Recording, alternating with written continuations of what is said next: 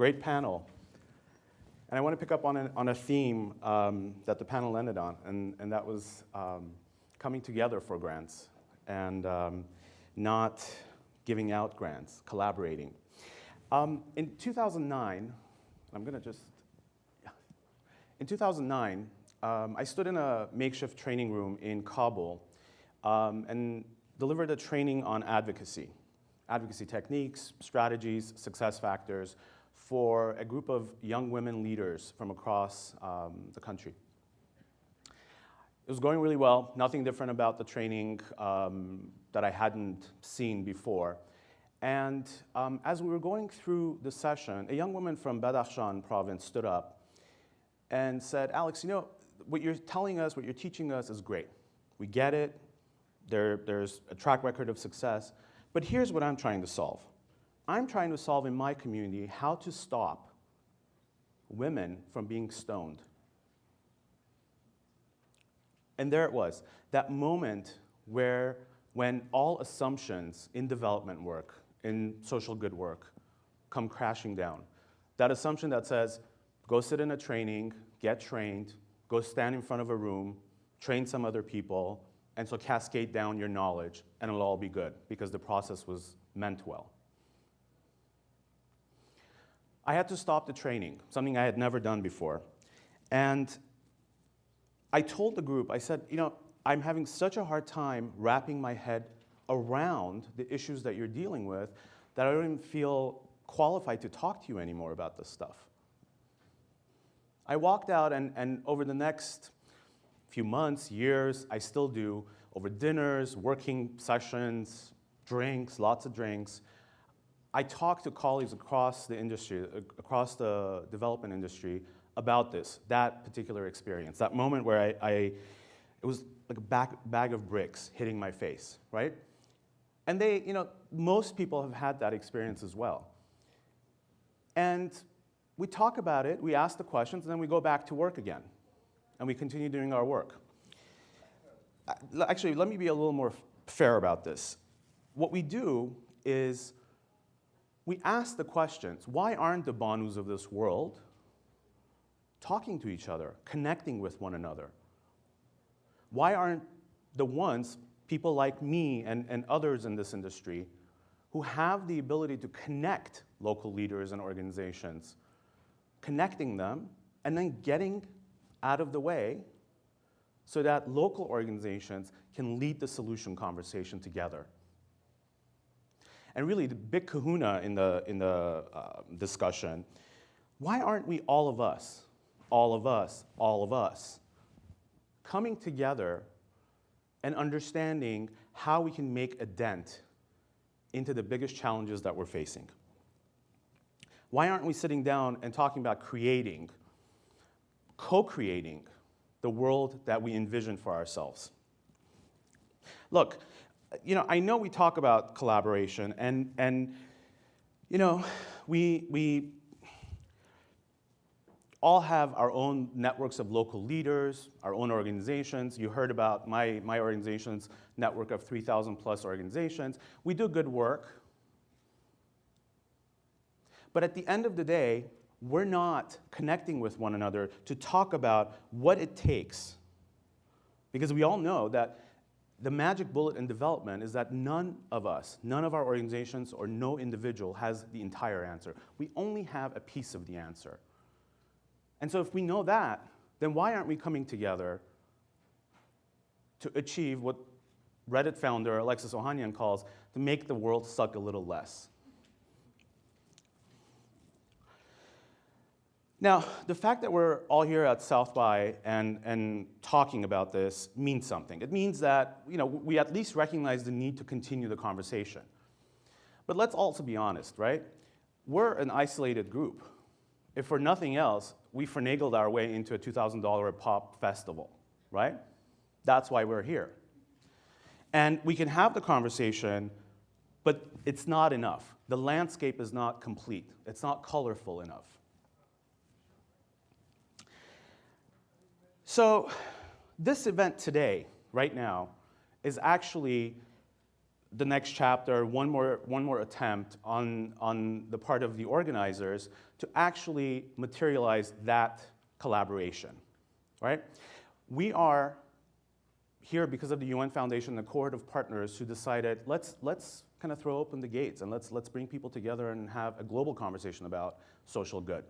We need to have this conversation. Last year, my friend Aaron Chernian, in one of these panels, said there's power in knowing that you can connect with world leaders and make your voice heard, and that they will take it into account. So we decided at Counterpart that we're going to experiment with this power. At last year's Social Good Summit, colleagues of mine from 3 Counterpart offices, one in Armenia, Bangladesh, and Honduras, came together and said, look, we're going to join the global conversation. We're going to extend the process into our own countries. We're going to hold day-long youth summits.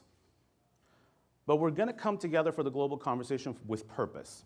So they connected to the New York portion of the summit. And in a 2-hour conversation, something happened that was remarkable. The Bangladesh youth leaders who were having problems getting their civic leaders, their elected officials in the provinces, to listen to them about some of their ideas, learned from the Armenian colleagues how they might be able to get that process going. So what resulted in terms of action was an idea that had worked in Armenia where young people, youth groups, had held tax fairs in support of local municipalities with the condition that the monies that would come into public coffers would actually go to youth programming. 2-hour conversation, results, action taken. The model is working in Bangladesh now. Now, imagine for a minute if we didn't have to wait until September for that conversation or that kind of collaboration to take place. Imagine that we didn't have to rely on incredibly hardworking social good connectors like Nisha Madoyan or Ruben Cantu to bring us all together to talk about this. Imagine if this could be an ongoing process. What if we could create a platform, given all the technology interconnections that we already have, to sustain the energy and excitement that we felt and saw and participated in and generated during the Social Good Summit? What if we created a commons of sorts, a place where leaders, youth activists, groups, NGOs, individuals come together with purpose, with intent, where they come together to help each other, more importantly, not to just talk, but do something, create shared solutions. What if one of those NGOs could connect with you? And more importantly, what if they could connect in a way that would allow them to talk to one another? Imagine the power that would be consolidated in that connection. Because it's not just a conversation, it is learning, it is exchanging, it is planning, it is implementing, and it's evaluating. It's understanding what works, and it's understanding that arguments of language, political borders, this isn't going to work in my country, pick your country argument, is something of the past. Today, that doesn't work anymore. Imagine what would happen. Look, we do great work, all of us. There's no question about it. And we're going to go back doing great work in our fields, sometimes working in our silos, and we'll have success. We'll make things happen. But wouldn't it be extraordinary if an NGOU learning and exchange platform would allow us to not wait for Austin, for New York, for Delhi, for us to do this?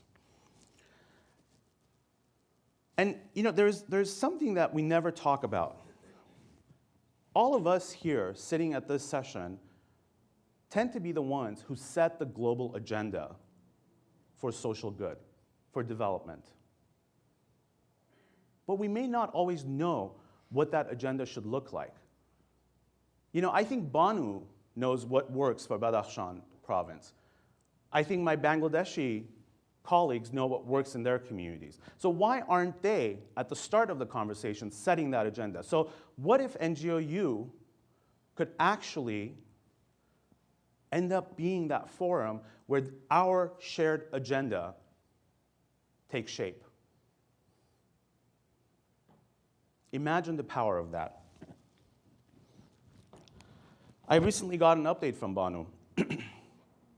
She's in the UK, and she's studying, first of all, and she's working with local British NGOs, voluntary organizations, to help UK leaders in dealing with the influx of immigrants from Afghanistan and Pakistan. Imagine the power of having millions of Bonos doing the same kind of work. Thank you.